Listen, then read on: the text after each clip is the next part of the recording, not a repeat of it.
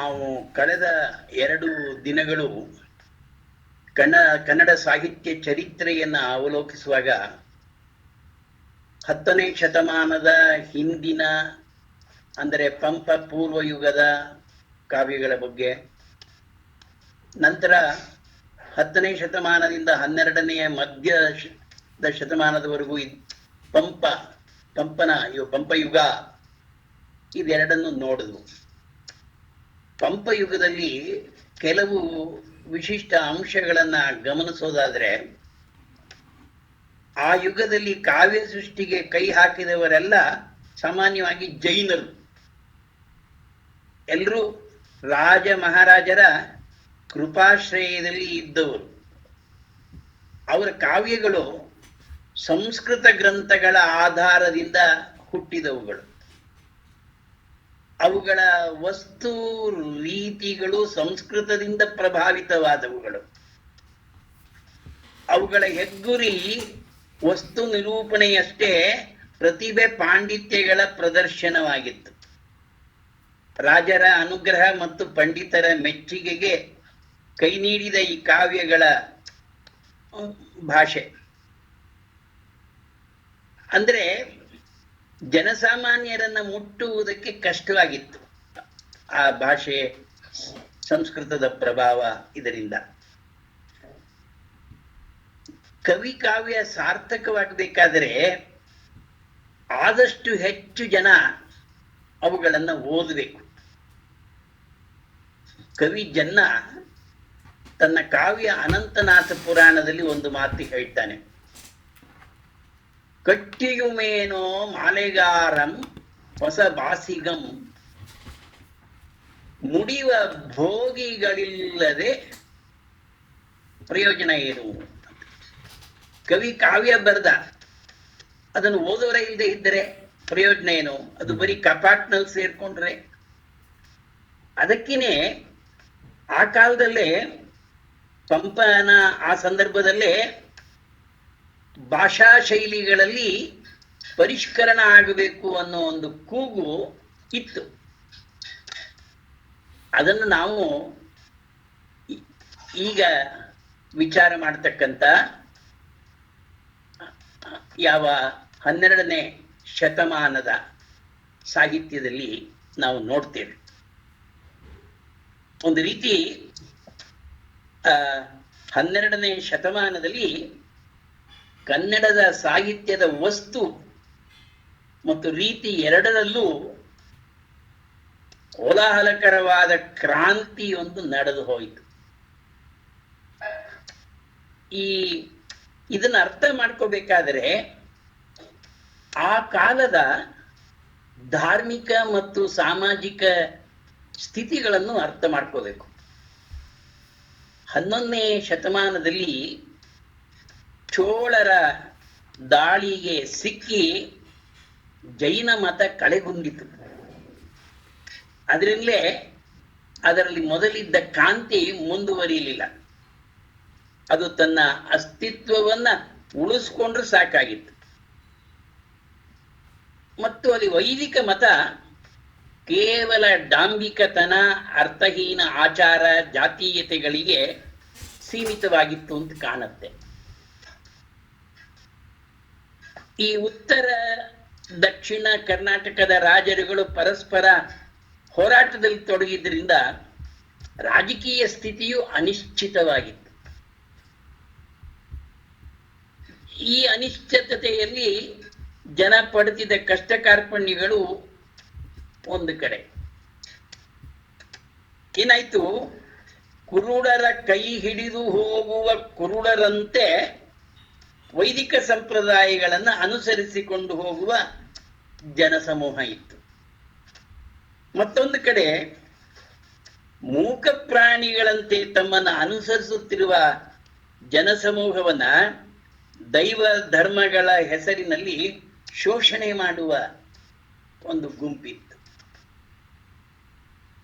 ಈ ಸಮಾಜದ ದಾರುಣ ಸ್ಥಿತಿಯನ್ನ ಕಂಡು ವಿಚಾರಪರರು ಸಮಾನ ಸ್ವಾತಂತ್ರ್ಯದ ತಳಹದಿಯ ಮೇಲೆ ನೂತನ ಸಮಾಜವೊಂದನ್ನು ಕಟ್ಟಲು ತೊಡಗಿದರು. ಅದು ಇಂಥದರಲ್ಲೇ 12ನೇ ಶತಮಾನದ ಆದಿಭಾಗದಲ್ಲಿ ಕಾಣಿಸಿಕೊಂಡ ರಾಮಾನುಜಾಚಾರ್ಯರು ಮೊದಲನೆಯವರು. ಅಂದ್ರೆ ಅವರು ಹರಿಪಾರಮ್ಯವನ್ನು ಸಾರುವ ವಿಶಿಷ್ಟಾದ್ವೈತವನ್ನ ಸ್ಥಾಪಿಸಿದವರು. ಇದನ್ನ ಕಂಡು ಶಿವಪಾರಮ್ಯವನ್ನು ನಂಬಿದ್ದ ಬ್ರಾಹ್ಮಣ ಪಂಥ ವೀರಶೈವ ಅಥವಾ ಶಕ್ತಿ ವಿಶಿಷ್ಟಾದ್ವೈತ ಪಂಥವನ್ನ ಸ್ಥಾಪಿಸಿರ್ಬೇಕು. ಇದರ ವಿಚಾರದಲ್ಲಿ ಇದಮಿತ್ತಂ ಅಂತ ಹೇಳೋದಕ್ಕೆ ಸಾಕಷ್ಟು ಸಾಮಗ್ರಿ ಇಲ್ಲ. ಏನೇ ಆದ್ರಾಗ್ಲಿ ಇಲ್ಲಿಂದ ಏನಾಯ್ತು, ಧರ್ಮದಲ್ಲೂ ಒಂದು ಕ್ರಾಂತಿ ಆಯ್ತು, ಧಾರ್ಮಿಕವಾಗಿ ಸಾಹಿತ್ಯದಲ್ಲೂ ಒಂದು ಬದಲಾವಣೆ ಆಗೋದಕ್ಕೆ ಅವಕಾಶ ಆಯಿತು. ಯಾವ ಶಕ್ತಿ ವಿಶಿಷ್ಟಾದ್ವೈತ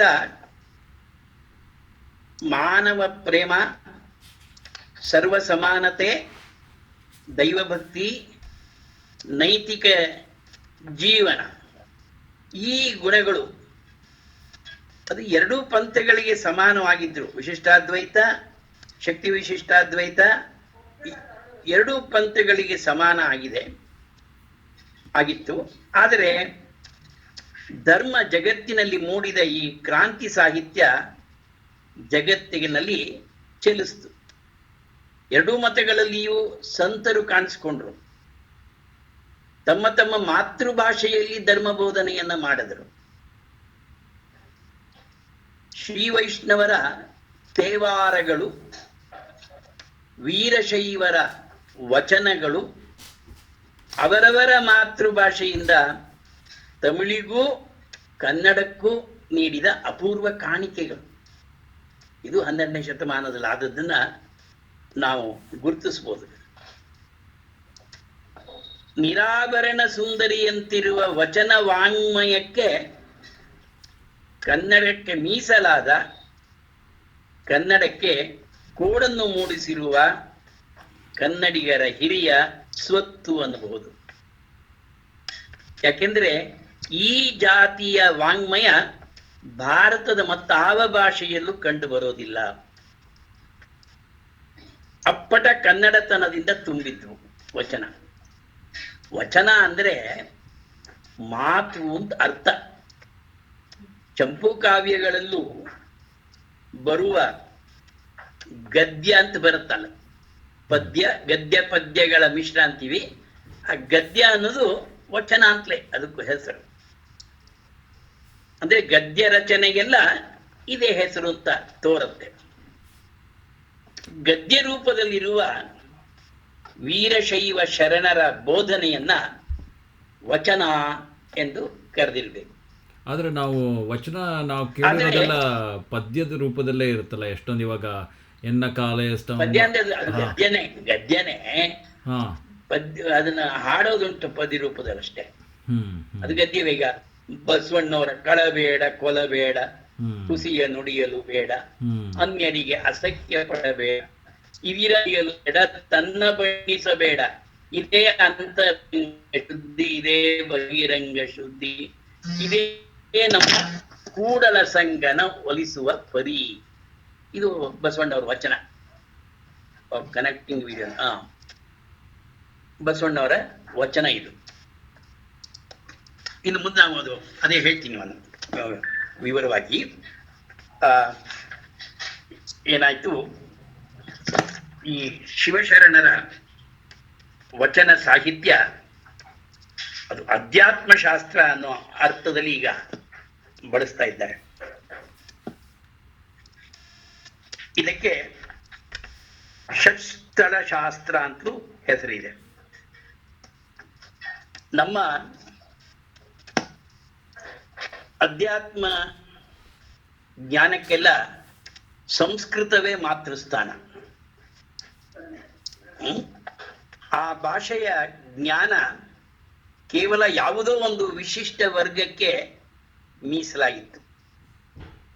ಜನಸಾಮಾನ್ಯರಿಗೆ ಇದು ದೊರಕಿರಲಿಲ್ಲ. ಇದನ್ನು ನಿವಾರಿಸಿ ಜನಸಾಮಾನ್ಯರಿಗೆ ಜ್ಞಾನ ಪ್ರಸಾರ ಮಾಡಲು ಹೊರಟವರು ಬೌದ್ಧರು, ಜೈನರು. ಕನ್ನಡಿಗರ ವಿಚಾರದಲ್ಲಿ ಅದನ್ನು ನಿಜವಾಗಿಯೂ ಸಾಧಿಸಿದವರು ವಚನಕಾರರು. ಆದ್ರಿಂದ ವಚನ ವಾಂಗ್ಮಯವನ್ನ ಕನ್ನಡದ ಶೈವಾಗಮಗಳು ಅಂತ ಗೌರವಿಸ್ತಾರೆ. ವೀರಶೈವರಲ್ಲಿ 63 ಪುರಾತನರು ಅಂತ ಪ್ರಸಿದ್ಧರಾಗಿರುವ ಸಂತರಿದ್ದಾರೆ. ಅವರೆಲ್ಲ ತಮಿಳರು. ನಡೆನುಡಿಗಳೇ ವಚನಗಳಿಗೆ ಆಧಾರ ಅಂತ ತೋರುತ್ತೆ.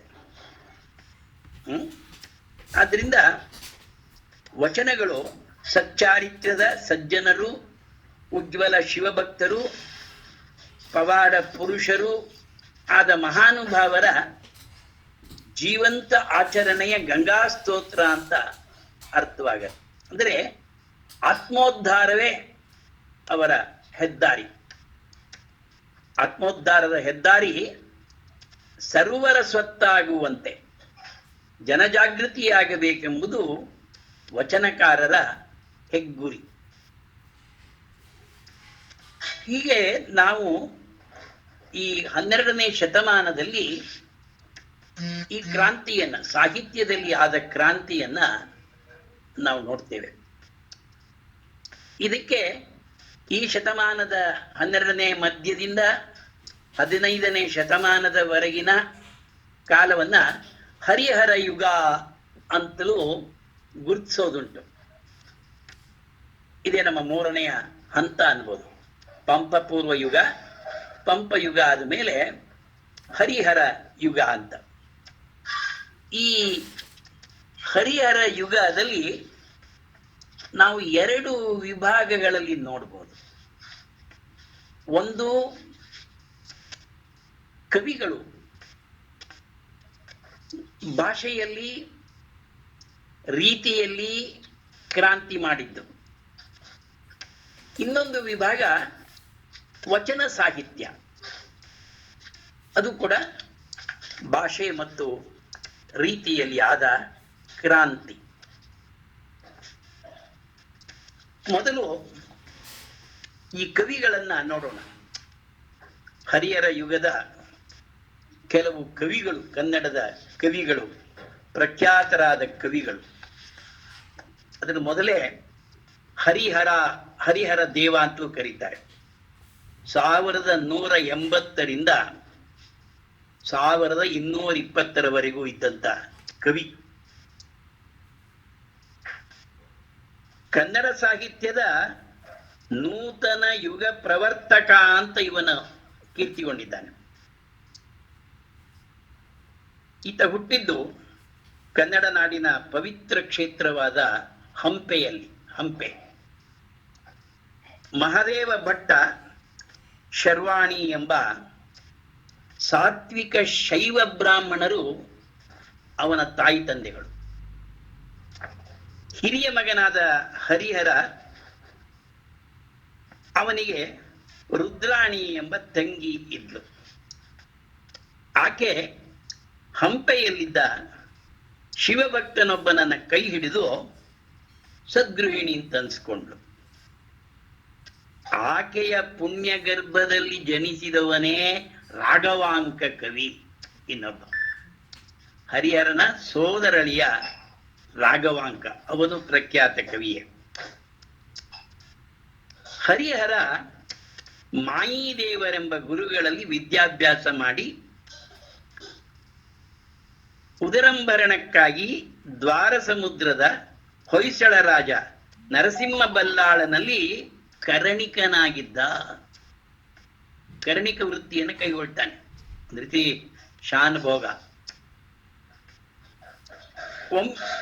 ಒಮ್ಮೆ ಆತ ಲೆಕ್ಕ ಬರಿತಿದ್ದವನು ಇದ್ದಕ್ಕಿದ್ದಂತೆಯೇ ಅದನ್ನು ನಿಲ್ಲಿಸಿ ಕೈಗಳನ್ನ ಹೊಸಗಿಕೊಂಡನಂತೆ. ಅದನ್ನು ನೋಡಿ ರಾಜ, ಏಕೆ ಆ ರೀತಿ ಮಾಡ್ತಾ ಇದ್ದೀರಿ ಅಂತ ಕೇಳಲು ಹಂಪೆಯ ವಿರೂಪಾಕ್ಷನ ಗುಡಿಯಲ್ಲಿ ಮೇಲುಕಟ್ಟಿನ ಬಟ್ಟೆಗೆ ಬೆಂಕಿ ಹತ್ತಿ ಉರಿಯನ್ನು ಆರಿಸಿದುದಾಗಿ ತಿಳಿಸಿದ್ನಂತೆ.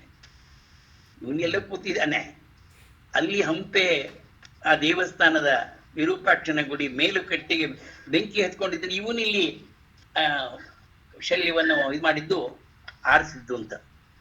ಇದನ್ನ ಪರೀಕ್ಷಿಸಿದಂತೆ ರಾಜ ನಿಜವೋ ಅಂತ ಸತ್ಯವಾಗಿದ್ದಂತೆ. ಅಂದ್ರೆ ಹರಿಹರ ಕೇವಲ ಕರಣಿಕನಲ್ಲ, ಕಾರಣ ಪುರುಷ ಅಂತ ರಾಜನಿಗೆ ಅರ್ಥ ಆಯಿತು. ಹರಿಹರನಿಗೆ ಈ ರಾಜನ ಊಳಿಗ ಅಂದ್ರೆ ಅವನ ಸೇವೆ ಮಾಡೋದು ಅಸಖ್ಯ ಅನಿಸ್ತು. ಅದಕ್ಕೆ ಅವನು ವಿರೂಪಾಕ್ಷನ ಪೂಜೆ ಮತ್ತು ಸತ್ಕಾವ್ಯಗಳ ರಚನೆಯಲ್ಲಿ ಮಗ್ನನಾದ. ಈ ತರ ಅವನ ಬಗ್ಗೆ ಅನೇಕ ಕತೆ ಬರುತ್ತೆ. ಹಂಪೆಗೆ ಮರಳಿದ ಮರುದಿನ ಬೆಳಿಗ್ಗೆ ಹಂಪೆಯ ರಾಜ ಕಳುಹಿಸಿದ ಪಲ್ಲಕ್ಕಿಯಲ್ಲಿ ಕುಳಿತು ಅರಮನೆಗೆ ಹೋಗುತ್ತಾ ಪಂಪಾ ಶತಕ ಅಂತ ಅವನ ರಚನೆ, ಶತಕ 100 ಸಾಲಿನ ಇದು ಹಾಡಿದ ಅಂತ ಹೇಳ್ತಾರೆ.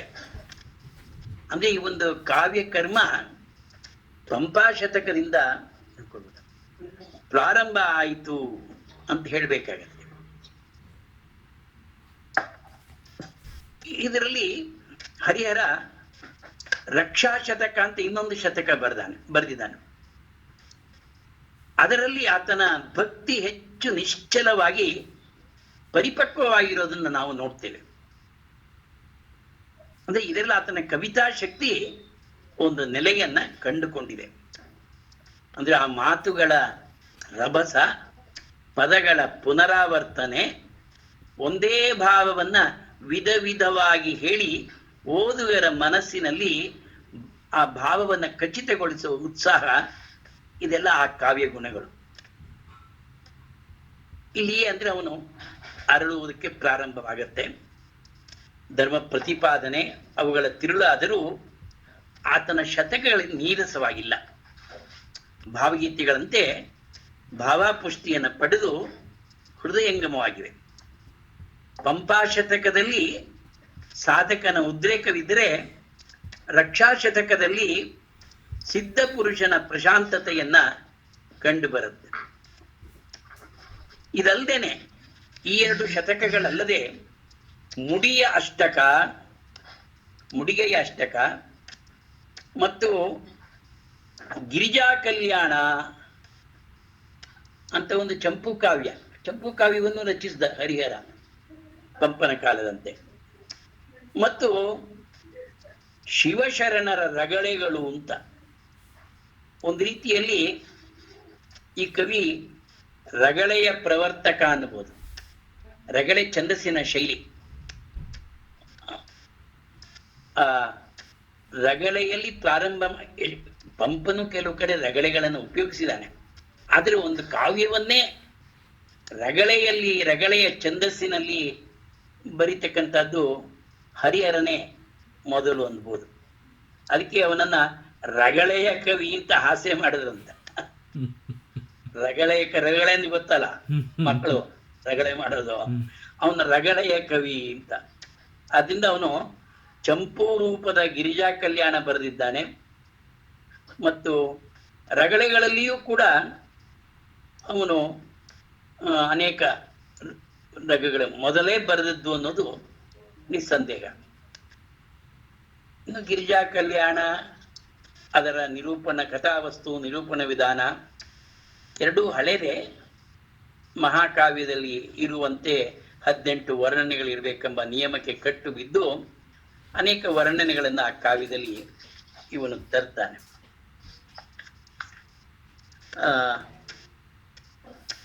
ಹರಿಹರ ಕವಿಯ ಸನ್ನಿವೇಶ ರಚನಾ ಕೌಶಲಕ್ಕೆ ಆ ಗಿರಿಜಾ ಕಲ್ಯಾಣದಲ್ಲಿ ಬರ್ತಕ್ಕಂಥ ಮನ್ಮಥ ದಹನದ ಪ್ರಸಂಗ ಒಂದು ಉತ್ತಮ ಉದಾಹರಣೆ.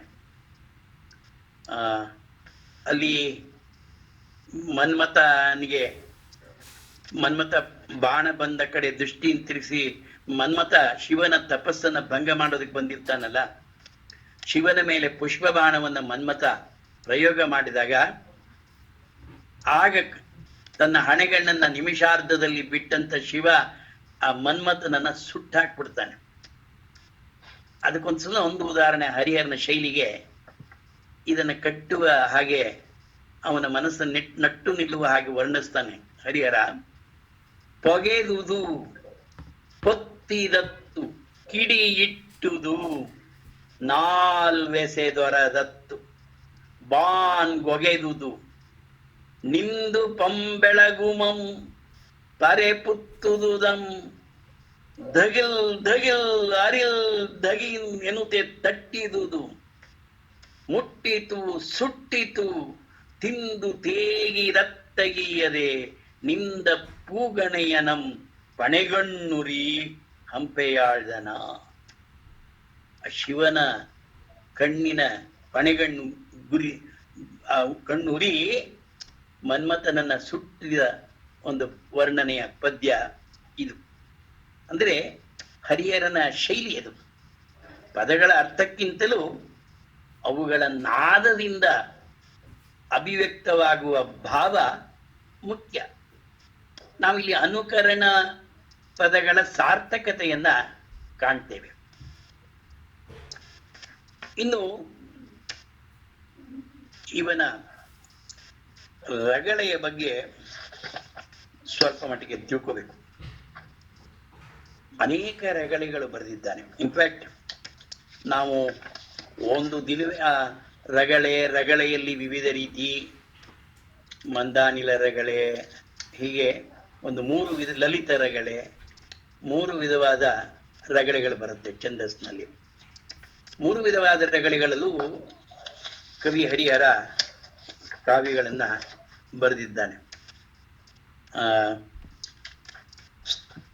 ಹರಿಹರನ ರಗಳೆಗಳನ್ನ ಸ್ಥೂಲವಾಗಿ ಕಥನಾತ್ಮಕ, ಭಾವಗೀತಾತ್ಮಕಗಳಂತ 2 ಪಂಗಡಗಳಲ್ಲಿ ವಿಂಗಡಿಸಬಹುದು. ಅನೇಕ ರಗಳೆಗಳು ಬರೆದಿದ್ದಾನೆ. 2 ವಿಭಾಗವಾಗಿ, ಒಂದು ಗುಂಪೆಲ್ಲ ಕಥನಾತ್ಮಕವಾಗಿ, ಕಥೆಯೇ ಅದರ ಉದ್ದೇಶ. ಇನ್ನೊಂದು ಟೈಪು ಭಾವಗೀತಾತ್ಮಕವಾಗಿ, ಒಳ್ಳೆ ಭಾವಗೀತೆಗಳಂತೆ. ಕಥನಾತ್ಮಕಗಳಲ್ಲಿ ಪುರಾತನ ಮತ್ತು ನೂತನ ಶರಣರ ಕಥೆಗಳು ಕಂಡು ಬರುತ್ತವೆ. ಈ ಬೇಡ್ರ ಕಣ್ಣಪ್ಪ, ಅನೇಕ ಶರಣರು, ಅವರ ಕಥೆಗಳು ಇದರಲ್ಲಿ ಬರುತ್ತೆ. ವೀರಶೈವರಲ್ಲಿ ಜೈನರ ತ್ರಿಷಷ್ಠಿ ಶಲಾಕ ಪುರುಷರ ಹಾಗೆ ಅವರಲ್ಲೂ ಇದೆ, ಜೈನರಲ್ಲೂ. ಹಾಗೆ 63 ಜನ ಪುರಾತನರು ಪ್ರಸಿದ್ಧರಾಗಿದ್ದಾರೆ ವೀರಶೈವರಲ್ಲಿ. ಅಂದ್ರೆ ಇದೊಂಥರ ಇತಿಹಾಸ ನೋಡು ಒಂದೇ ಟೈಪ್ ಬರೋ ಹಾಗೆ. ಅವರೆಲ್ಲ ಬಹುಮಟ್ಟಿಗೆ ತಮಿಳರು. ಈ ಹರಿಹರ ಬರೆದಿರುವ ಪುರಾತನರು ಎಲ್ಲ ತಮಿಳರು. ಕ್ರಿಸ್ತಶಕ ಸುಮಾರು 1145ರಲ್ಲಿದ್ದ ಶಕ್ಕಿಳಾರ್ ಅನ್ನೋ ತಮಿಳು ಕವಿ ಪೆರಿಯಾ ಪುರಾಣಂ ಅಂತ ತನ್ನ ಕಾವ್ಯದಲ್ಲಿ ಈ ಪುರಾತನರ ಕಥೆಯನ್ನ ವರ್ಣಿಸಿದ್ದಾನೆ. ಇದರ ಆಧಾರದ ಮೇಲೆ ಹರಿಹರ ತನ್ನ ಹಲವು ರಗಳೆಗಳನ್ನ ಬರೆದಿದ್ದಾನೆ. ಪೆರಿಯ ಪುರಾಣದ 63 ಜೊತೆಗೆ ಹರಿಹರ ಕವಿ ಕರಿಕಾಲವ್ವೆ, ನಂಬಿಯಕ್ಕ, ಮಾದಾರ ಚೆನ್ನಯ್ಯ ಇವರ 3 ಕಥೆಗಳನ್ನು ಸೇರಿಸಿದ್ದಾನೆ. ಅಂದ್ರೆ ಪುರಾತನ ಸಂಖ್ಯೆಯನ್ನು 66 ಮಾಡಿದ್ದಾನೆ. ಸೊ ಇದರಲ್ಲಿ ಬಸವಣ್ಣ ಅವರೆಲ್ಲ ಬರ್ತಾರೆ? ಬಸವಣ್ಣ ಯಾವಾಗ? ಅಲ್ಲ, ಇನ್ನು ಮುಂದೆ ಅವರು ವಚನಕಾರರಲ್ಲಿ ಬರ್ತಾರೆ. ಮುಂದಿನ ಕಾವ್ಯ ಕವಿಗಳಲ್ಲಿ ಇದೀವಿ ನಾವು.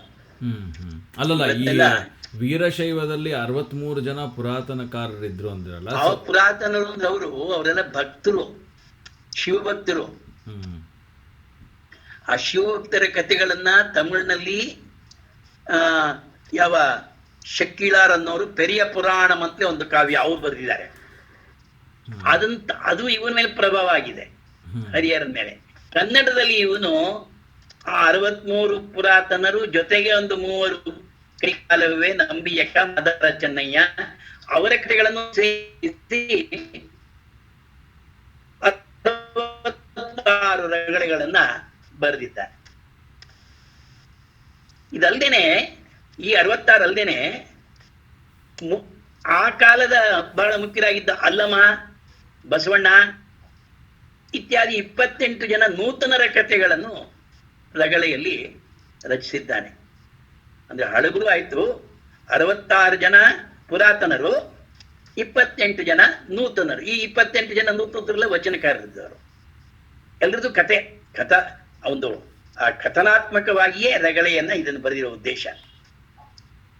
ಇವನ್ ಅಂದ್ರೆ ನೂತನರನ್ನೆಲ್ಲ ಇವನೇ ಕಂಡಿದ್ದಾನೆ. ಅಲ್ಲಮ, ಬಸವಣ್ಣ ಇವ್ರನ್ನೆಲ್ಲ ನೋಡಿದ್ದಾನೆ ಹರಿಹರ. ಹಳಬರನ್ನ ಬರೀ ಕೇಳಿ ಬರೆದಿರೋದು. ಆದ್ರಿಂದ ಈ ಕಥೆಗಳಲ್ಲೆಲ್ಲ ಹರಿಹರನ ವ್ಯಕ್ತಿತ್ವ ತನ್ನ ಚಿರಮುದ್ರೆಯನ್ನೊತ್ತಿರುತ್ತಾನೆ ಅನ್ನೋದ್ರಲ್ಲಿ ಸಂದೇಹ ಇಲ್ಲ. ಹರಿಹರನ ಇನ್ನು ಭಾವಗೀತಾತ್ಮಕ ರಗಳೆಗಳು ಕೆಲವು, ಕಥನಾತ್ಮಕ ರಗಳೆಗಳು ಕೇಳಿದ್ವಿ. ಭಾವಗೀತಾತ್ಮಕ ರಗಳೆಗಳಲ್ಲಿ ಪಂಚಾಕ್ಷರಿ, ವಿಭೂತಿ, ರುದ್ರಾಕ್ಷಿ ಇತ್ಯಾದಿಗಳ ಮಹಿಮೆ. ಅದು ವ್ಯಕ್ತಿ ಅಲ್ಲ. ಪಂಚಾಕ್ಷರಿ ಅಂದ್ರೆ ಏನು? ಅದು ಓಂ ನಮಃ ಶಿವಾಯ, ನಮಃ ಶಿವಾಯ ಅನ್ನೋ ಪಂಚಾಕ್ಷರಿ ಬಗ್ಗೆ, ಅಥವಾ ವಿಭೂತಿ ಬಗ್ಗೆ, ರುದ್ರಾಕ್ಷಿ ಬಗ್ಗೆ ರಗಳೆಗಳನ್ನು ಇವೆಲ್ಲ ವಸ್ತುನಿಷ್ಠವಾದವುಗಳು. ಇನ್ನು ಕೆಲವು ಪಿಂಡೋತ್ಪತ್ತಿ, ಪುಷ್ಪ ಇತ್ಯಾದಿಗಳು ವ್ಯಕ್ತಿನಿಷ್ಠವಾದವು. ಈ ವ್ಯಕ್ತಿನಿಷ್ಠವಾದವುಗಳಲ್ಲಿ ಹರಿಹರನ ಆತ್ಮಕತೆ ಸ್ವಲ್ಪ ಮಟ್ಟಿಗೆ ವ್ಯಕ್ತವಾಗಿರುವಂತೆ ತೋರುತ್ತೆ. ಅಂದ್ರೆ ತನ್ನ ಆತ್ಮಕತೆಯನ್ನು ಅವುಗಳಲ್ಲಿ ಸೇರಿಸಿರುವ ಹಾಗೆ ತೋರುತ್ತೆ. ಬಹುಶಃ ಹರಿಹರ ಕೆಲವು ಕಾಲ ಸಂಸಾರಿಯಾಗಿದ್ದು ಹೆಂಡತಿ ಮಕ್ಕಳೊಡನೆ ಜೀವನದ ಸುಖ ದುಃಖಗಳನ್ನ ಅನುಭವಿಸಿರ್ಬೇಕು ಅಂತ ಗೊತ್ತಾಗತ್ತೆ ಆ ರಗಳೆಗಳಿಂದ.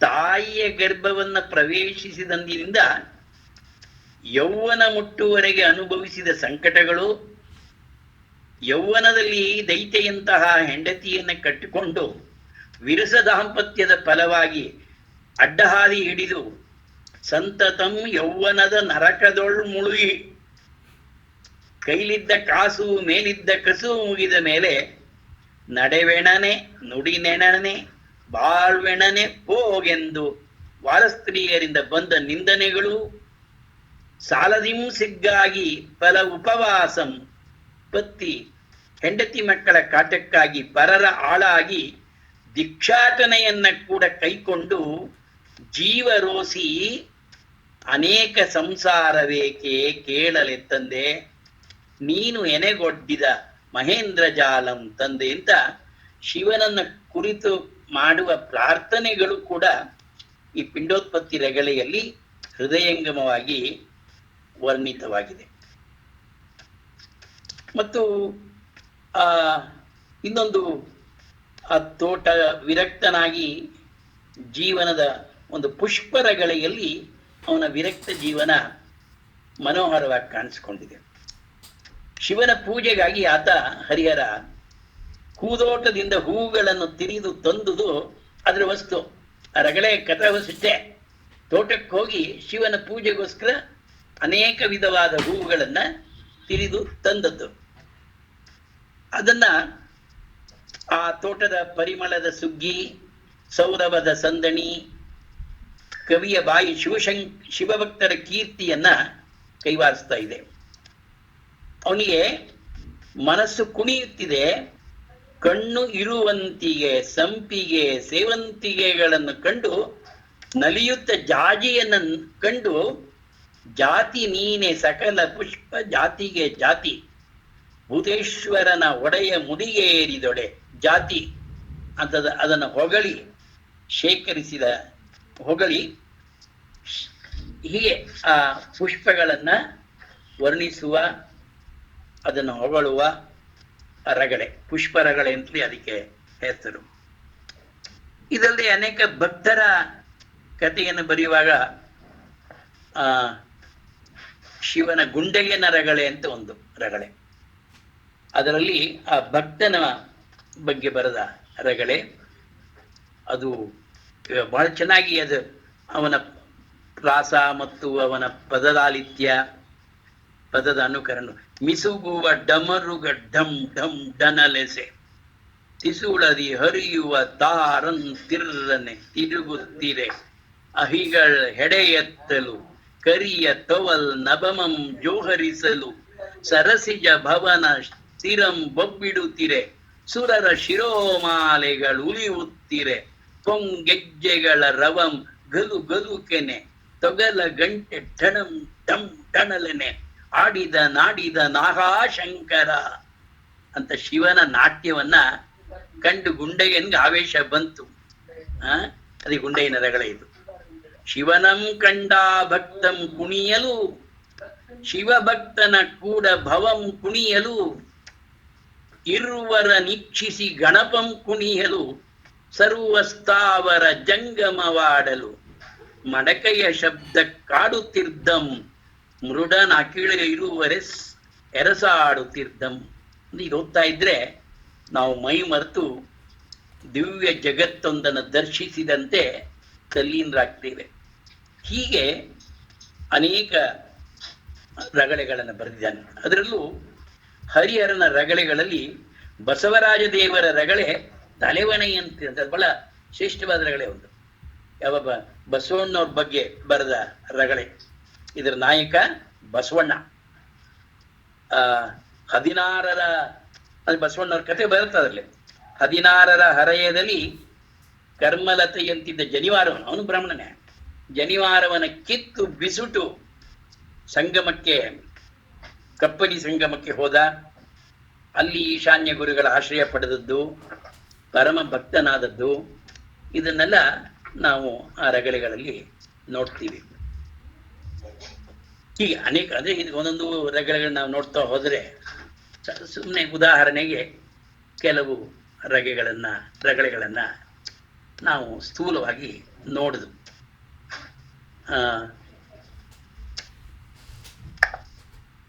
ಹರಿಹರ ಕವಿ ಕನ್ನಡ ಸಾಹಿತ್ಯದಲ್ಲಿ ಹೊಸದೊಂದು ಹೆದ್ದಾರಿಯನ್ನು ನಿರ್ಮಿಸಿ ಯುಗಪುರುಷನಾದ ಅಂತ ಹೇಳ್ಬೋದು. ಆತನ ಕಾವ್ಯಗಳು ರಸಮಯವಾಗಿರುವಷ್ಟೇ ಆತ್ಮಕಲ್ಯಾಣ ಸಾಧಕಗಳಾಗಿವೆ. ಆತನ ಸಂಪರ್ಕ ಸಾನ್ನಿಧ್ಯಗಳು ಪವಿತ್ರ ತೀರ್ಥಸ್ಥಾನದಂತೆ ಪಾವನಕರ. ಆತ ತನ್ನ ಕಾಲದ ಸೀಮಾಪುರುಷ ಅನ್ಬೋದು. ಆದ್ರಿಂದಲೇ ಅವನಂತರ ಬಂದ ಕವಿಗಳ ಅನೇಕರು ತಮ್ಮ ಕಾವ್ಯಾರಂಭದಲ್ಲಿ ಆತನಿಗೆ ಸ್ತುತಿ ರೂಪದ ಪುಷ್ಪಾಂಜಲಿ ಇಟ್ಟು ಕೃತಿ ರಚನೆಗೆ ತೊಡಗ್ತಾರೆ. ಎಲ್ಲರೂ ಜ್ಞಾಪಿಸ್ಕೋತಾರೆ, ಹರಿಹರನ್ನ ನೆನ್ಸ್ಕೋತಾರೆ ಮುಂದೆ ಬಂದ ಅನೇಕ ಕವಿಗಳು.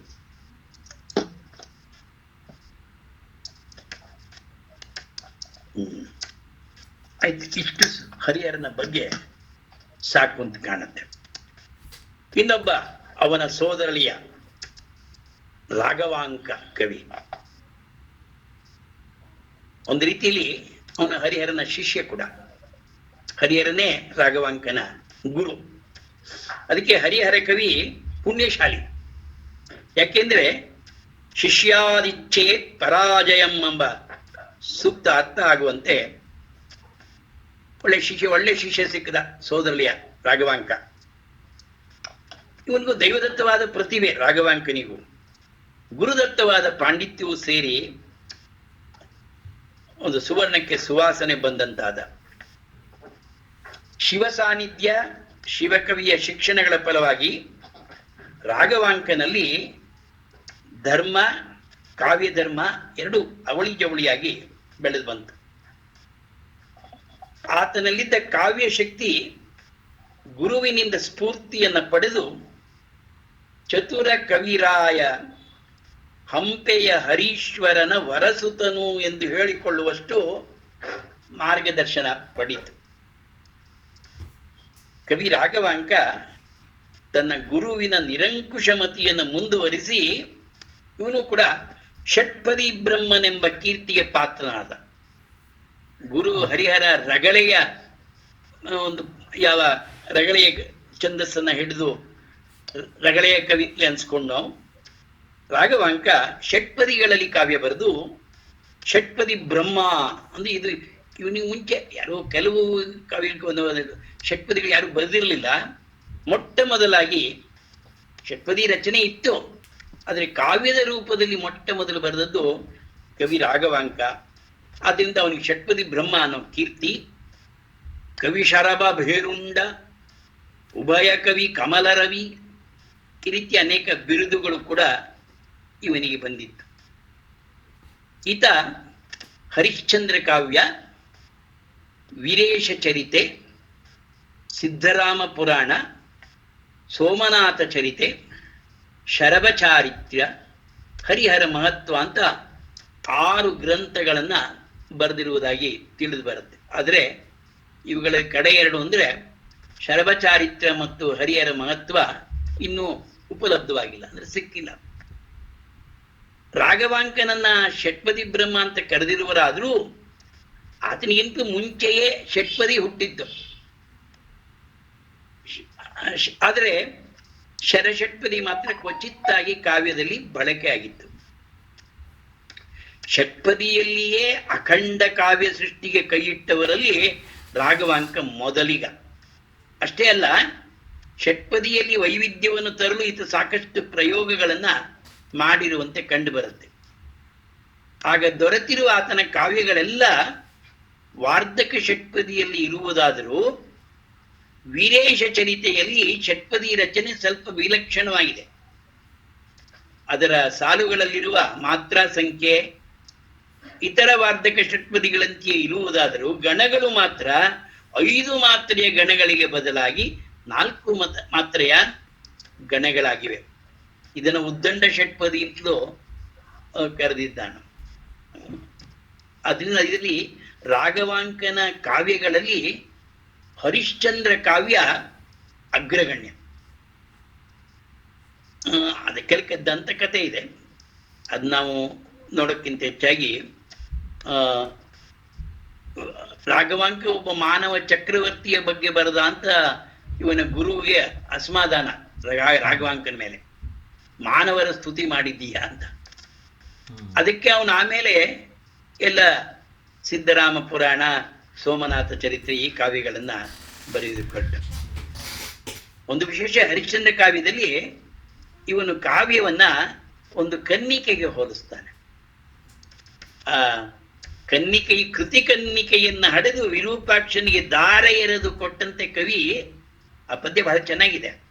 ರಸ ಜೀವ ಭಾವ ಒಡಲು ಅರ್ಥವಯವ ಶಬ್ದ ವಿಸರವೇ ನುಡಿಯು ಅಲಂಕಾರ ತೊಡಿಗೆಯು ಸವೆ ಸುಲಕ್ಷಣವೇ ಲಕ್ಷಣ ವಿಮಳ ಪದನ್ಯಾಸ ನಡೆ ರೀತಿ ಸುಕುಮಾರತೆ ರಸಿಕತನ ಸುಳಿ ಸುಖಂ ನಿಳಯವಂತಪ್ಪ ಈ ಹೊಸಕಾವ್ಯ ಕನ್ನಿಕೆಯ ಪಡೆದು ಪಂಪಾಂಬಿಕೆಯ ರಸ ವಿರೂಪಾಕ್ಷಂಗೆ ಕೊಟ್ಟ ಹಂಪೆಯ ರಾಘವಾಂಕನ್ ಏನ್ ಕೃತಕೃತ್ಯನೋ, ಎಷ್ಟು ಧನ್ಯ ನಾನು ಅಂತ ಕವಿ ಆ ಕಾವ್ಯವನ್ನು ಬರೆದು ಆ ವಿರೂಪಾಕ್ಷನಿಗೆ ಸಮರ್ಪಿಸುವಾಗ ಆ ಕಾವ್ಯದಲ್ಲಿ ಕಾವ್ಯ ಲಕ್ಷಣವನ್ನ ಕನ್ನಿಕೆಗೆ ಹೋಲಿಸಿ ಬರೆದಿರೋದು ಈ ಪದ್ಯದ ಒಂದು ವಿಶೇಷ.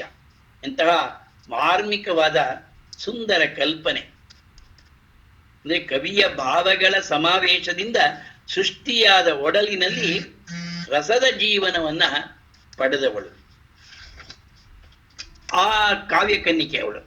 ಹೀಗೆ ಅನೇಕ ಇವನ ಕಾವ್ಯದಲ್ಲಿ, ಅದರಲ್ಲೂ ಹರಿಶ್ಚಂದ್ರ ಕಾವ್ಯದಲ್ಲಿ ಬಹಳ ವಾರ್ಧಕ ಷಟ್ಪದಿಯ ಕಾವ್ಯ, ಕತೆ, ಹರಿಶ್ಚಂದ್ರನ ಕತೆ, ಪುರಾಣಗಳಲ್ಲಿ ಬರತಕ್ಕಂಥ ಹರಿಶ್ಚಂದ್ರನ ಕತೆ ಮತ್ತೆಲ್ಲವನ್ನು ಆಧಾರವಾಗಿ ಅನೇಕವಾಗಿ ಅವನು ವರ್ಣಿಸಿ ಬರೆದಿದ್ದಾನೆ. ಅದರಲ್ಲಿ ಚಂದ್ರಮತಿಯ ಪ್ರಲಾಪ ಇತ್ಯಾದಿ ಅದರ ವರ್ಣನೆ. ರಾಘವಾಂಕ ಕವಿ ಕಾವ್ಯವನ್ನ ಹರನೆಂಬುದೇ ಸತ್ಯ, ಸತ್ಯವೆಂಬುದೇ ಹರನು ಅನ್ನೋ ಸಂದೇಶವನ್ನು ಜಗತ್ತಿಗೆ ಸಾರ್ತಾನೆ. ಇವನ ಕಾವ್ಯ ಹರಿಶ್ಚಂದ್ರ ಕಾವ್ಯದಲ್ಲಿ ಏನಪ್ಪಾ ಈ ಕವಿಯ ಸಂದೇಶ ಅಂದ್ರೆ, ಹರನೆಂಬುದೇ ಸತ್ಯ, truth is god, god is truth ಅಂತ ಏನೋ ಹೇಳ್ತೀವಿ, ಅದನ್ನ ಹರನೆಂಬುದೇ ಸತ್ಯ, ಸತ್ಯವೆಂಬುದೇ ಹರನು ಅನ್ನೋ ಒಂದು ಸಂದೇಶವನ್ನ ಸಾರ್ತಾನೆ. ಅಷ್ಟೇ ಅಲ್ಲ, ಈ ಕಾವ್ಯ ಬರೆದಿದ್ದು ಯಾವ ಪ್ರಶಸ್ತಿಗೋಸ್ಕರ ಅಲ್ಲ, ಜನ ಇದನ್ನು ಕೇಳಿ ಬದುಕಬೇಕು ಅಂತ ಬರೆದ ಕಾವ್ಯ ಅಂತ ಅದನ್ನು ಬಹಳ ಚೆನ್ನಾಗಿ ಆ ಕಾವ್ಯದಲ್ಲಿ ತಿಳಿಸ್ತಾನೆ. ಇದು ಇಷ್ಟು ರಾಘವಾಂಕನ ಬಗ್ಗೆ ಸಾಕು ಅಂತ ಕಾಣುತ್ತೆ. ಒಂದು ಪಕ್ಷ ಸ್ವಲ್ಪ ಹರಿಹರನ ಜೊತೆಗೆ ಹೋಲಿಸೋದಾದ್ರೆ ಹರಿಹರನ ಶೈಲಿ ಆರಕ್ಕೆ ಹಿಗ್ಗದ, ಬರಕ್ಕೆ ತಗ್ಗದ, ಸವರ್ಣ ಮಧ್ಯಗಾಮಿ ಒಂದು. ಈತ ಹಳೆಗನ್ನಡ, ನಡುಗನ್ನಡ, ಹೊಸಗನ್ನಡ ರೂಪಗಳನ್ನ ಬಳಸ್ತಾನೆ. ಕನ್ನಡ ಸಂಸ್ಕೃತಗಳೆರಡನ್ನೂ ಹದವಾಗಿ ಬಳಸ್ತಾನೆ. ಆತನ ಸಂಸ್ಕೃತ ಸುಲಭ, ದೇಶಿ, ಮನೋಹರ. ಆತನ ಬಂಧ ಚಂಪುವಿನ ಬಿಕ್ಕಟ್ಟು ಒಳಗೊಂಡಿದೆಯಾದರೂ ಸರಳ, ಸುಲಭ, ಲಲಿತ, ಸುಧ. ಪಂಪಕವಿಯ ಚಂಪು ಕಾವ್ಯ ಹೇಗೋ, ರಗಳೆ ಛಂದಸ್ಸಿಗೂ ಹೇಗೋ, ಹಾಗೆ ರಾಘವಾಂಕ ಷಟ್ಪದಿ ಛಂದಸ್ಸಿಗೆ ಆದಿಕವಿ. ಪಂಪನನ್ನು ಕನ್ನಡ ಸಾಹಿತ್ಯದ ಆದಿಕವಿ ಅಂತ ಗುರುತಿಸ್ತೀವಿ. ಷಟ್ಪದಿಯಲ್ಲಿ ಆದಿಕವಿ ಅಂದ್ರೆ ರಾಘವಾಂಕ ಅಂತ ಹೇಳ್ಬೋದು. ಇಬ್ರು ಮೂರು ಜನ ಕವಿಗಳ ಬಗ್ಗೆ ಚಿಂತನೆ ಮಾಡೋಣ, ಸಮಯ ಇರುವ ಕಾಣುತ್ತೆ. ಕ್ರಿಸ್ತಶಕ 1200ರಲ್ಲಿ ಕೆರೆಯ ಪದ್ಮರಸ ಅಂತ ಒಬ್ಬ ಕವಿ. ಈತ ದೋರ ಸಮುದ್ರದ ರಾಜನಾದ ನರಸಿಂಹ ಬಲ್ಲಾಳನ ಮಂತ್ರಿಯಾಗಿದ್ದ. ಇವನು ಪ್ರಸಿದ್ಧ ವಚನಕಾರನಾದ ಸಕಲೇಶ ಮಾದರಸನ ವಂಶದವನು. ಈತ ತ್ರಿಭುವನ ತಾತನೆಂಬ ವೈಷ್ಣವನನ್ನ ವಾದದಲ್ಲಿ ಸೋಲಿಸಿ ಆತನಿಗೆ ವೀರ ಶೈವ ದೀಕ್ಷೆಯನ್ನು ಕೊಟ್ಟವನು. ಬೇಲೂರಿನಲ್ಲಿ ದೊಡ್ಡದದ್ದು ಕೆರೆಯನ್ನ ಕಟ್ಟಿಸಿದ್ರಿಂದ ಈತನಿಗೆ ಕೆರೆಯ ಪದ್ಮರಸ ಅಂತ ಹೆಸರಾಗಿತ್ತು. ಕೆರೆಯ ಪದ್ಮ ಒಂದು ಕೆರೆ, ಬೇಲೂರೊಳಗೆ ಒಂದು ದೊಡ್ಡ ಕೆರೆಯನ್ನ ಕಟ್ಟಿಸಿದ್ದಾನೆ. ಸಮಾಜದಲ್ಲಿ ಗಣ್ಯನಾಗಿ ಧರ್ಮ ಜಗತ್ತಿನ ಪೂಜ್ಯನಾಗಿದ್ದ ಪದ್ಮರಸ ಶಿವಾದ್ವೈತ ಸಾನಂದ ಚರಿತ್ರ ಅನ್ನೋ ಸಂಸ್ಕೃತ ಗ್ರಂಥವನ್ನು ಬರೆದಿದ್ದಾನೆ. ಇದಲ್ಲದೆ ದೀಕ್ಷಾಬೋಧೆ ಎಂಬ ಕನ್ನಡ ರಗಟ ಗ್ರಂಥವನ್ನು, ರಗಟ ಅಂದ್ರೆ ರಗಳೆಯಲ್ಲಿ ಬರೆದಿದ್ದಾನೆ ಇವನು. ಈತನಲ್ಲಿ ಹರಿಹರ ರಾಘವಾಂಕರಿಗೆ ಅಪರಿಮಿತವಾದ ಪೂಜ್ಯ ಭಾವನೆ ಇದ್ದಂತೆ ಕಾಣ್ಬರ್ತದೆ. ಪದ್ಮರಸನ ಮಗನಾದ ಕುಮಾರ ಪದ್ಮರಸ ತನ್ನ ತಂದೆ ಬರೆದ ಸಾನಂದ ಚಾರಿತ್ರವನ್ನ ಷಟ್ಪದಿ ರೂಪದಿಂದ ಕನ್ನಡಕ್ಕೆ ತಂದುಕೊಟ್ಟಿದ್ದಾನೆ. ಕುಸುಮ ಮತ್ತು ಭಾಮಿನಿ ಷಟ್ಪದಿಗಳು ಹೆಚ್ಚಾಗಿವೆ. ಅಂದ್ರೆ ಹಿಂದೆ ಒಂದು ಅದು ಪರಂಪರೆ, ಕಾವ್ಯ ಬರೆಯೋದು, ತಂದೆ ಬಂದ ಮಗ. ಸಾನಂದ ಎಂಬ ಋಷಿ ಪಂಚಾಕ್ಷರಿ ಮಹಿಮೆಯಿಂದ ನಾರಕಿಗಳನ್ನೆಲ್ಲ ಉದ್ಧಾರ ಮಾಡಿದುದು ಈ ಸಾನಂದ ಚಾರಿತ್ರದ ಕಥಾವಸ್ತು. ಅಲ್ಲಿ ಅಂತ ಶ್ರೇಷ್ಠ ಕಾವ್ಯ ಗುಣಗಳೇನಿಲ್ಲ. ಷಟ್ಪದಿಯನ್ನು ಬರೆಯ ಹೊರಟವರಲ್ಲಿ ಬಹಳ ಹಳಬ ಅಂತೂ ಇವನಿಗೆ ಪ್ರಾಶಸ್ತ್ಯ. ಇನ್ನೊಬ್ಬ ಕವಿ ಪಾಲ್ಕುರಿಕೆ ಸೋಮ ಅಂತ. ಇವನು ಕ್ರಿಸ್ತಶಕ 1195. ಈತನು ಹರಿಹರ ರಾಘವಾಂಕರ ಸಮಕಾಲೀನ, ಕಂಟೆಂಪರರಿ. ಇವನು ಸುಪ್ರಸಿದ್ಧನಾದ ತೆಲುಗು ಕವಿ. ಇವನು ಈತನ ಬಸವ ಪುರಾಣಮು ಅಂತ ತೆಲುಗಲ್ಲಿ ಬರೆದಿದ್ದಾನೆ ಈ ಸೋಮಕವಿ. ಪಾಲ್ಕುರಿಕೆ ಸೋಮ ತೆಲುಗಿನಲ್ಲಿ ಬಸವ ಪುರಾಣಮು ಅಂತ ಬರೆದಿದ್ದಾನೆ. ಇದನ್ನ ಕನ್ನಡಕ್ಕೆ ಭೀಮಕವಿ ಅನ್ನೋನು ಬಸವ ಪುರಾಣಕ್ಕೆ ಆಕರ ಅಂತ. ಈ ತೆಲುಗು ಬಸವ ಪುರಾಣಮು ಭೀಮಕವಿಯ ಕನ್ನಡ ಬಸವ ಪುರಾಣಕ್ಕೆ ಆಕರ. ಈತ ಸಂಸ್ಕೃತ, ಪ್ರಾಕೃತ, ಕನ್ನಡಗಳಲ್ಲಿಯೂ ಪ್ರಾವೀಣ್ಯನಾಗಿದ್ದು ಗ್ರಂಥ ರಚನೆ ಮಾಡಿದ್ದಾನೆ. ಸದ್ಗುರು ರಗಳೆ, ಚನ್ನಬಸವ ರಗಳೆ, ಗಂಗೋತ್ಪತ್ತಿ ರಗಳೆ, ಶೀಲ ಸಂಪಾದನೆ, ಗಣಸಹಸ್ರನಾಮ, ಪಂಚರತ್ನ ಇವು ಈತನ ಅನೇಕ ಗ್ರಂಥಗಳು. ಸಾಹಿತ್ಯ ದೃಷ್ಟಿಯಿಂದ ಇಲ್ಲೇನು ಇವುಗಳಲ್ಲಿ ಮಹೋನ್ನತವಾದ್ದೇನೂ ಇಲ್ಲ. ಪುಟ್ಟ ಕೈ ಹೊತ್ತಿಗೆಗಳಿವೆಲ್ಲ ಸ್ತೋತ್ರ ರೂಪವಾದವು. 64 ಶೀಲಗಳು ವಚನ ರೂಪದಲ್ಲಿ ಕಾಣಿಸಿಕೊಂಡಿವೆ. ಪಾಲ್ಪುರಿಕೆ ಸೋಮೇಶ್ವರ ಪುರಾಣದಿಂದ ಇವನು ವೀರಶೈವ ದೀಕ್ಷೆಯನ್ನು ಕೊಟ್ಟ ಅಂತ ತಿಳಿದು ಬರುತ್ತೆ. ಈತ ಗುಬ್ಬಿಯ ಮಲ್ಲನಾರ್ಯನೇ ಮೊದಲಾದ ಕನ್ನಡ ಕವಿಗಳ ಸ್ತೋತ್ರಕ್ಕೆ ಪಾತ್ರನಾಗಿದ್ದ. ವೀರಶೈವ ಪುರಾಣ ಅಂತಲೇ ಗುಬ್ಬಿಯ ಮಲ್ಲನಾರ್ಯನ ಕಾವ್ಯ, ಅದರಲ್ಲಿ ಇವನನ್ನು ಸ್ತುತಿ ಮಾಡಿದ್ದಾನೆ. ಇನ್ನು ಇದೇ ಟೈಮಲ್ಲಿ ಕೆಲವು ಜೈನ ಕವಿಗಳು ಬರ್ತಾರೆ, ಜೈನ ಬ್ರಾಹ್ಮಣ ಕವಿಗಳು ಕೂಡ. ಕುಮುದೆಂದು ಅಂತ 1370ರಲ್ಲಿ ಇವನು ಜೈನ ರಾಮಾಯಣ ಬರೆದಿದ್ದಾನೆ. ಜೈನ ಕವಿಯೊಬ್ಬ ಷಟ್ಪದಿಯಲ್ಲಿ ಕಾವ್ಯ ರಚನೆ ಮಾಡಿದ್ದು ಇದೇ ಮೊಟ್ಟ ಮೊದಲು. ನಾವು ಪಂಪಯುಗದಲ್ಲಿ ನೋಡಿದ ಜೈನ ಕವಿಗಳೆಲ್ಲರೂ ಚಂಪು ಕಾವ್ಯವನ್ನು ಬರೆದದ್ದು, ಚಂಪು ಶೈಲಿಯಲ್ಲಿ. ಈ ಕುಮುದೆಂದು ರಾಮಾಯಣ ಅಂತ ಪ್ರಸಿದ್ಧಿ. ಜೈನ ರಾಮಾಯಣವನ್ನ ಷಟ್ಪದಿಯಲ್ಲಿ ಕಾವ್ಯ ರಚನೆ ಮಾಡಿದ್ದಾನೆ ಒಬ್ಬ ಜೈನ ಕವಿ. ಷಟ್ಪದಿಯಲ್ಲಿ ಬರೆದು ಇದೆ ಮೊಟ್ಟ ಮೊದಲು. ಇದರ ಕತೆ ಬಹುಮಟ್ಟಿಗೆ ಪಂಪರಾಮಾಯಣವನ್ನೇ, ನಾಗಚಂದ್ರನ ಪಂಪರಾಮಾಯಣವನ್ನೇ ಅನುಸರಿಸಿದ್ದಾನೆ. ಆದರೆ ಇದರ ಷಟ್ಪದಿ ವೈವಿಧ್ಯಮಯವಾಗಿದೆ. ಒಂದೊಂದು ಸಂಧಿಯಲ್ಲಿ ಷಟ್ಪದಿಯಿಂದ 6 ಸಾಲುಗಳುಳ್ಳ ಪದ್ಯ ಅಂತ. ಷಟ್ ಅಂದ್ರೆ 6, ಪದಿಯಿಂದ ಸಾಲುಗಳು 6 ಸಾಲು. ಅದರಲ್ಲಿ 6 ವಿಧವಾದ ಷಟ್ಪದಿ ಇದೆ. ಶರ, ಕುಸುಮ, ಭೋಗ, ಭಾಮಿನಿ, ಪರಿವರ್ತಿನಿ, ವಾರ್ಧಕ, ಹೀಗೆ 6 ಷಟ್ಪದಿಗಳು. ಇವನು ಒಂದೊಂದು ಸಂಧಿಯನ್ನ ಒಂದೊಂದು ಬಗೆಯ ಷಟ್ಪದಿಯಲ್ಲಿ ಈ ಕಾವ್ಯದಲ್ಲಿ ರಚನೆ ಮಾಡಿದ್ದಾನೆ. ಒಂದು ಹೊಸ ಹೊಸ ಪ್ರಯೋಗ ಮಾಡಕ್ಕೆ ಹೊರಟಿದ್ದಾನೆ. ಅದಕ್ಕೋ ಏನೋ ಈತನಿಗೆ ಪರಿವಾದಿ ಗಿರಿವಜ್ರ, ಸರಸಕವಿ ತಿಲಕ ಅಂತೆಲ್ಲ ಬಿರುದುಗಳು ಕೂಡ ಬಂದಿದೆ. ಒಂದು ಪದ್ಯ ಇವನು ಷಟ್ಪದಿಯನ್ನು ಸುಮ್ಮನೆ ಉದಾಹರಣೆಗೆ ನೋಡ್ಬೋದು. ಎಳಸದರಾರ್ ಶರದಿಂದುವ ಚಂದ್ರಿಕೆ, ಎಳಸದರಾರ್ ಶರದಿಂದುವ ಚಂದ್ರಿಕೆ, ಗೆಳಸದರಾರ್ ಹರಿಚಂದನ ನಣ್ಪಿಂ, ಗೆಳಸದರಾರ್ ನವವಿಕಸಿತ ವಿಚಕಿತ ಲತಿಕಾ ಮಂಜರಿಗೆ, ಎಳಸದರಾರ್ ನವಯೌವನ ಲಕ್ಷ್ಮಿಗೆ, ಎಳಸದರಾರ್ ನವಯುವತಿ ನಿವಹಕ್ಕೆ, ಎಳಸದರಾರ್ ಕುಮುದೆಂದು ಮುನೀಶ್ವರ ವಿರಚಿತ ಕಾವ್ಯ ಕಥಾ ರಚನೆಗೆ. ತನ್ನ ಕಾವ್ಯ ತಾನೇ ಪ್ರಶಂಸೆ ಮಾಡ್ಕೊಂಡಿದ್ದಾನೆ ಇದರಲ್ಲಿ. ಇನ್ನು ಭೀಮಕವಿ ಅಂತ ಇನ್ನೊಬ್ಬ ಕವಿ, ಕ್ರಿಸ್ತಶಕ 1360ರಲ್ಲಿದ್ದವನು. ಅಂದ್ರೆ 14ನೇ ಶತಮಾನದ ಕಡೆ ಭಾಗದಲ್ಲಿದ್ದವನು. ಈತ ಬಸವ ಪುರಾಣ, ಭೀಮಕ ವೀರೇಶ್ವರ ರಗಳೆ, ಭೃಂಗಿದಂಡಕ ಅನ್ನೋ ಕಾವ್ಯಗಳನ್ನ ರಚಿಸಿರುವುದಾಗಿ ತಿಳಿದು ಬರುತ್ತೆ. ಭೀಮಕವೀಶ್ವರ ರಗಳೆ ಕೇವಲ 108 ಚರಣಗಳನ್ನು ಒಳಗೊಂಡಿರ್ತಕ್ಕಂಥ ರಗಳೆ.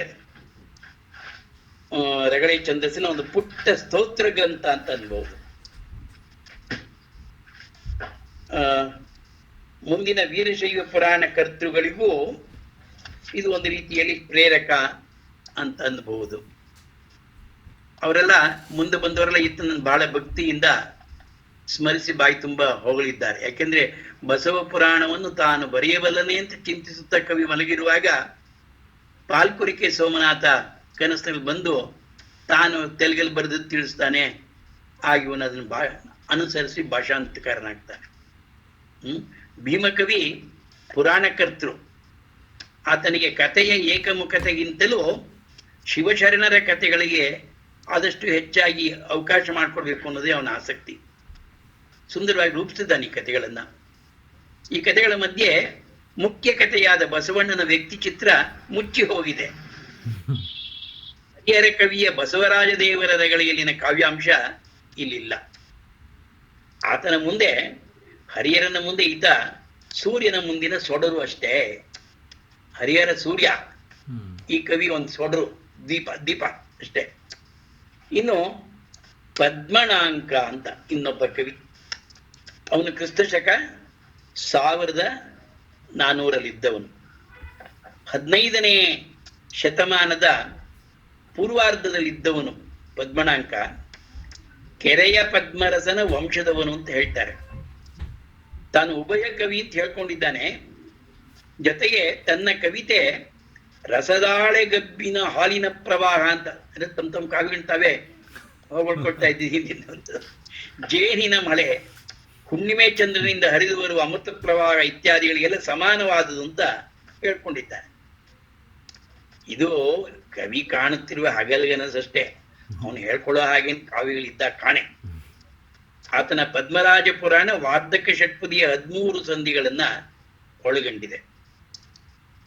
ಮತ್ತು ವಾದದಲ್ಲಿ ಖಂಡಿಸುವ ಸಂದರ್ಭಗಳಲ್ಲಿ ಪರವಾದಿಗಳನ್ನ ಕಥಾನಾಯಕ ಕವಿಯ ಶ್ರುತಿ ಸ್ಮೃತಿಗಳ ವಾಕ್ಯಗಳನ್ನು ಷಟ್ಪದಿಯ ಛಂದಸ್ಸಿಗೆ ತಿರುಗಿಸಿ ಪದ್ಯಗಳನ್ನ ಹೊಸಿತಾನೆ.